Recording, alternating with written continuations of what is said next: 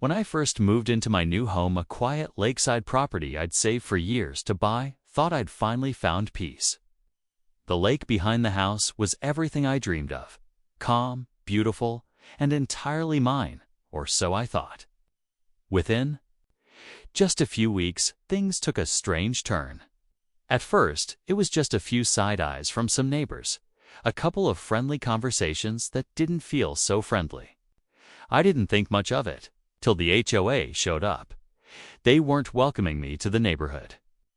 They were there to tell me that the road leading to my home, the one I used every day, was being closed immediately.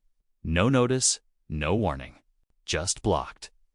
Their reason that I was living on their land. But here's the twist.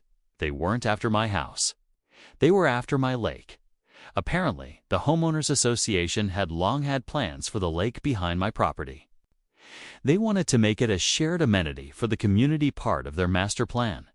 But there was one problem. I owned it. Every inch of it was on my deed. And when I refused to sell it to them, that's when the real pressure started. They fined me. They harassed me. They blocked my access. They tried to make my life miserable. I was the new guy who wouldn't play along. But what they didn't expect was that I wouldn't back down. I documented everything. Every letter, every fine, every roadblock literally and legally. And when I finally had enough, I filed a lawsuit. What came next shocked even me. The very HOA that tried to squeeze me out got hit with a $3 million judgment. That's right, they tried to take what was mine, and they ended up paying for it.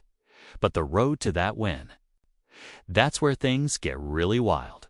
Because before the court ruled in my favor, they tried one last move that nearly changed everything.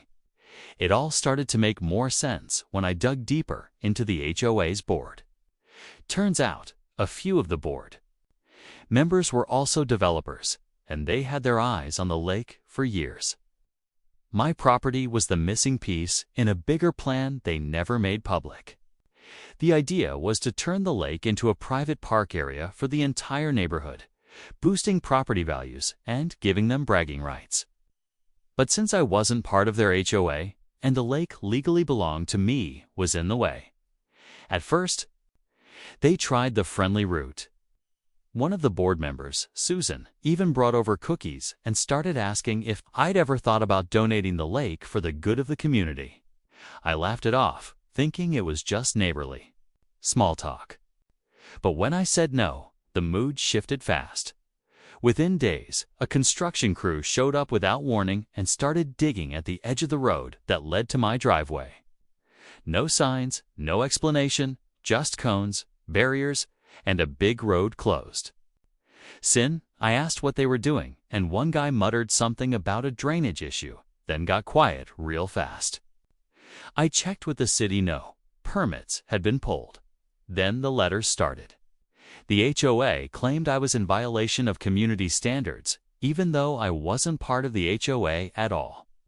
They cited made-up rules, sent daily fines, and accused me of blocking public access to what they called Lake Willows. That's when I realized they had even given the lake a name. One I never agreed to. What made it worse was how my other neighbors reacted. Some were polite but distant. Others were openly hostile. One morning, I found a dead fish left on my porch with a note that said, "Stop being selfish." Another time, someone poured gravel across my driveway overnight, forcing me to shovel my way out just to get to work. But none of that compared to what they tried next. Just when I thought things couldn't get more aggressive, I came home one evening and found a notice taped to my door this time. It wasn't just a fine. It was a lawsuit, and they were coming for everything. The lawsuit was over 60 pages long, packed with legal jargon, twisted claims and accusations that I was somehow harming the community by hoarding natural resources. They claimed the lake had always been meant for public use, that it was part of their original development plan. But there was one huge problem with that. None of it was true. My property, including the lake, was never part of the HOA's territory. I'd checked. all the plats and deeds before buying, and I had every document to prove it. But facts didn't seem to matter much to them. What really got under my skin was how organized it all felt. This wasn't just a few angry neighbors. It was a full-blown campaign.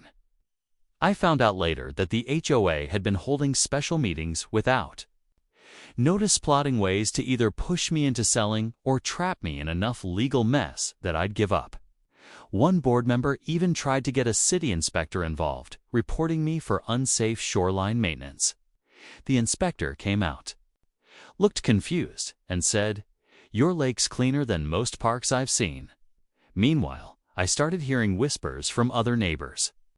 A retired couple 2 doors down told me they'd been pressured years ago to give up a strip of land behind their house for the good of the community. When they refused, their mailbox got knocked over 3 times in 1 month. Another neighbor, someone who barely spoke to me before, confided that the HOA president, Greg, had a personal stake in the lake project. Apparently, his cousin ran a landscaping company, already promised the contract if the lake was turned into a shared recreation area. The deeper I looked, the dirtier it got. It wasn't just about a lake. It was about power, control, and money. But while they were busy digging for ways to bury me, I was quietly building my own case. I started recording every interaction. I hired a land use attorney. I even flew in the original surveyor who mapped the property years ago. Still, even with all that preparation, nothing could have prepared me for what the HOA pulled next. Because just as I thought I had them cornered, they changed the game completely. It all came to a head the week before our court date. I was ready, or at least I thought I was. My lawyer had the documents. I had witness statements, video footage, even drone shots showing the lake boundaries and road access. Everything was lined up, but the HOA wasn't backing off. If anything, they doubled down. That Monday, I woke up to find a huge sign posted right at the end of my driveway. Private property, nitrogen monoxide, trespassing, HOA enforced. It was a scare tactic, but worse than that, confused delivery drivers. Scared off a contractor I'd hired and made me look like I was the one doing something illegal. My phone lit up with texts from neighbors asking what was going on. A few even accused me of trying to shut down access to the whole street. Later that day, I noticed 2 people standing by the lake. They weren't from the neighborhood. When I walked down to ask who they were, one of them flashed a badge, apparently a code enforcement officer. They claimed to be investigating complaints about unauthorized water usage. When I asked who filed the complaint, they wouldn't say. I knew who it was. The HOA had started making calls to the city, trying to create problems where none existed. Then came the letter. Not an email, not a printed notice. A hand-delivered envelope with my name on it. No return address. Inside was a message that read, "You still have time to do the right thing. Sign it over or it gets worse." No signature, just a thin piece of paper and a threat. At that point, even my lawyer was getting nervous. "They're playing dirty," he said. "This isn't about who's right, it's about who breaks first." And they almost had me. The stress was non-stop. I couldn't sleep. My job was suffering. Friends stopped coming around. The lake I once loved now felt like a war zone. But then, just 2 days before the hearing, something happened that flipped everything on its head. And it came from someone I least expected. The knock on my door came just after sunset. I almost didn't answer. Had been a long day, and I was done dealing with surprises. But when I opened it, standing there was Mark, one of the HOA board members. He looked nervous, glancing over his shoulder like he didn't want to be seen. He said, "Can we talk?" I shouldn't even be here. We sat on my porch, and what he told me changed everything. Mark had joined the board thinking it was just about neighborhood maintenance and community events. But he said the moment my property came into play, the tone shifted. Greg, the HOA president, had become obsessed with gaining control of the lake. Mark claimed Greg was working with a local developer behind closed doors. If they could get my land, they'd push through a rezoning deal, develop a boardwalk, and increase property values. Everyone on the board was promised a cut in some form, either through contracts or silent payouts. But here's the twist. The lawsuit they filed against me, it wasn't even properly approved. Mark told me Greg had bypassed protocol, forged a board vote record, and used HOA funds to pay for the legal attack on me. "It's illegal," he whispered. "And if you bring this to court, it could all fall apart. But if Greg finds out I told you, I'm done." I was stunned. It wasn't just personal anymore, was fraud. Misuse of HOA funds, falsified documents, and backroom deals. Mark offered to testify, but only if he could do it quietly. He feared retaliation, not just from Greg, but from neighbors who stood to gain if I lost as he left. I realized this wasn't just about a lake or property rights anymore. This was about exposing something much bigger, and if I didn't handle it right, I could lose everything.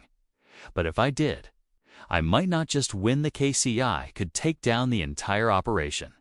And just as I started planning my next move, I got a call from my attorney. "Need to get to the courthouse early," he said. "There's been a new filing from their side, and it changes everything." I got to the courthouse, EA.